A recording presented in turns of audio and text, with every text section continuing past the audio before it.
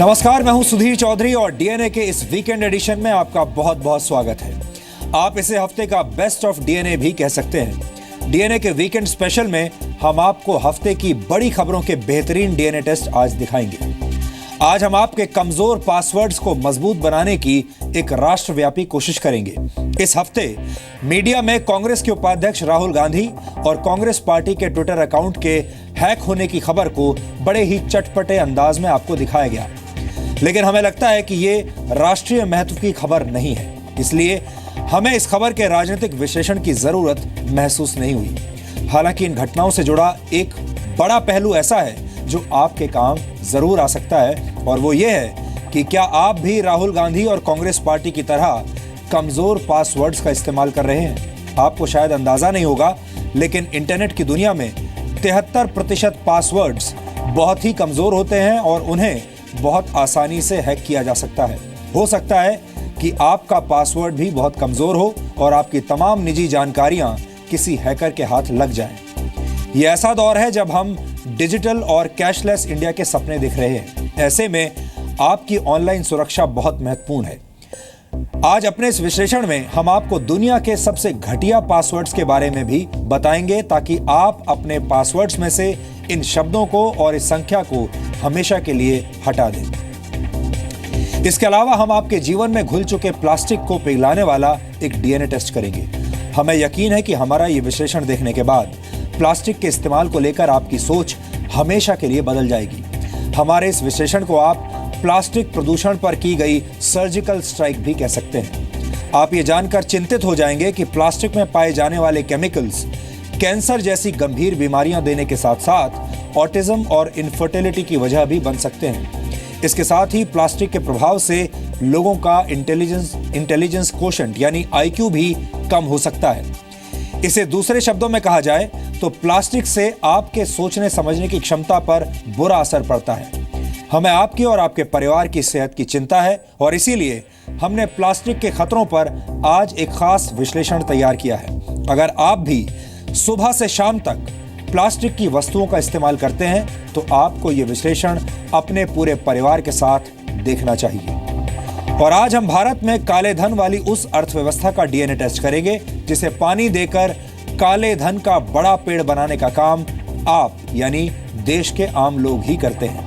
आपको शायद इस बात का अंदाजा नहीं होगा, लेकिन आप भी हर रोज कहीं ना कहीं काले धन की अर्थव्यवस्था का पोषण कर रहे हैं। असल में ब्लैक मनी का एक बहुत बड़ा हिस्सा एक बिल में छुपा होता है। हम उस बिल की बात नहीं कर रहे जिसमें चूहे और कई छोटे जानवर छिप जाते हैं, बल्कि हम उस बिल की बात कर रहे हैं जो आप सामान खरीदने के बाद दुकानदार से मांगते नहीं और इसका फायदा उठाकर दुकानदार टैक्स नहीं चुकाता। फिर यह रकम ब्लैक मनी बन जाती है, यानी आपके घर में भले ही ब्लैक मनी ना हो, लेकिन दुकानदार से बिल ना मांगकर आप ब्लैक मनी के निर्माण में सहयोगी बन जाते हैं, भागीदार बन जाते हैं और आपको इस बात का पता भी नहीं चलता। इसलिए आज हम इस विश्लेषण के जरिए बिल में छिपे काले धन को बाहर निकालने की कोशिश करेंगे। लेकिन आज का डीएनए टेस्ट शुरू करने से पहले देखते हैं आज की तमाम बड़ी खबरें नॉनस्टॉप न्यूज में। प्रधानमंत्री नरेंद्र मोदी ने आज हरमिंदर साहिब यानी स्वर्ण मंदिर में माथा टेका और अरदास की। स्वर्ण मंदिर में पीएम मोदी के साथ अफगानिस्तान के राष्ट्रपति अशरफ गनी ने भी सिखों के सबसे पवित्र धर्मस्थल पर प्रार्थना की। प्रधानमंत्री ने दर्शन करने के बाद लंगर में लोगों को अपने हाथों से खाना भी परोसा। प्रधानमंत्री जिस समय स्वर्ण मंदिर पहुंचे, मोदी मोदी के शोर से पूरा कैंपस गूंज उठा। मंदिर में मौजूद श्रद्धालुओं ने मोदी मोदी के नारे लगाए। पीएम की मौजूदगी से किसी भी श्रद्धालु को परेशानी ना हो, इसका खास ख्याल रखा गया था। अमृतसर में चल रही हार्ट ऑफ एशिया कॉन्फ्रेंस के मेहमानों के लिए डिनर आयोजित किया गया है। इस रात्रि भोज का आयोजन साडा पिंड में किया गया है।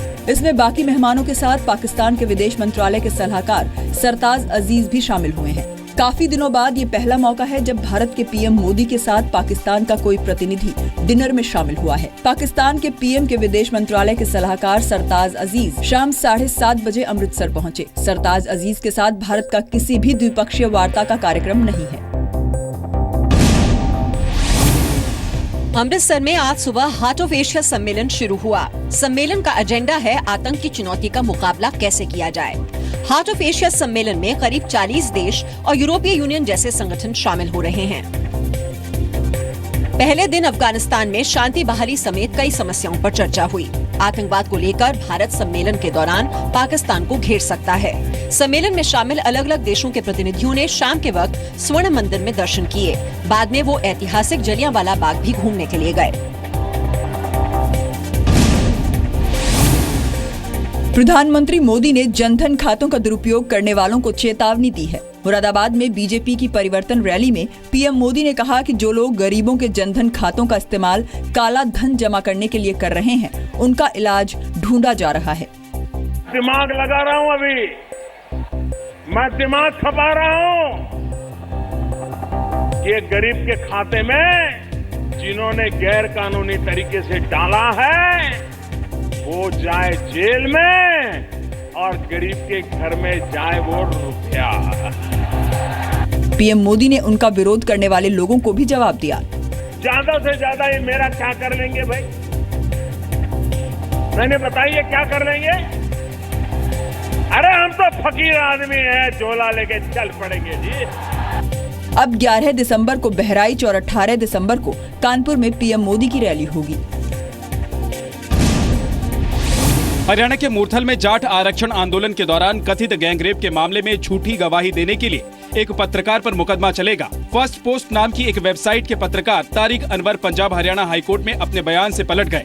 तारिक अनवर ने माना कि उन्होंने मूर्थल गैंगरेप को लेकर झूठ बोला था। दरअसल मूर्थल कांड को लेकर तारिक ने कहा था कि एक पीड़ित की मां ने उन्हें रेप के बारे में बताया था, लेकिन अब तारिक अनवर इससे इनकार कर रहे हैं। नाराज हाईकोर्ट ने कहा है कि कोर्ट को गुमराह करने के लिए तारिक के खिलाफ केस चलना चाहिए। जब friend of the court amicus curiae ने पॉइंट आउट किया तो और उनको कोर्ट को कहा कि हरियाणा गवर्नमेंट को निर्देश दें कि वो उसको प्रोसिक्यूट करे, उसके खिलाफ मुकदमा दर्ज करके कार्रवाई की जाए। तारिक अनवर ने गैंगरेप की झूठी कहानी फर्स्ट पोस्ट की वेबसाइट पर लिखी थी, लेकिन लेख छपने के कुछ दिन बाद फर्स्ट पोस्ट ने माफी मांगते हुए उसे हटा लिया था।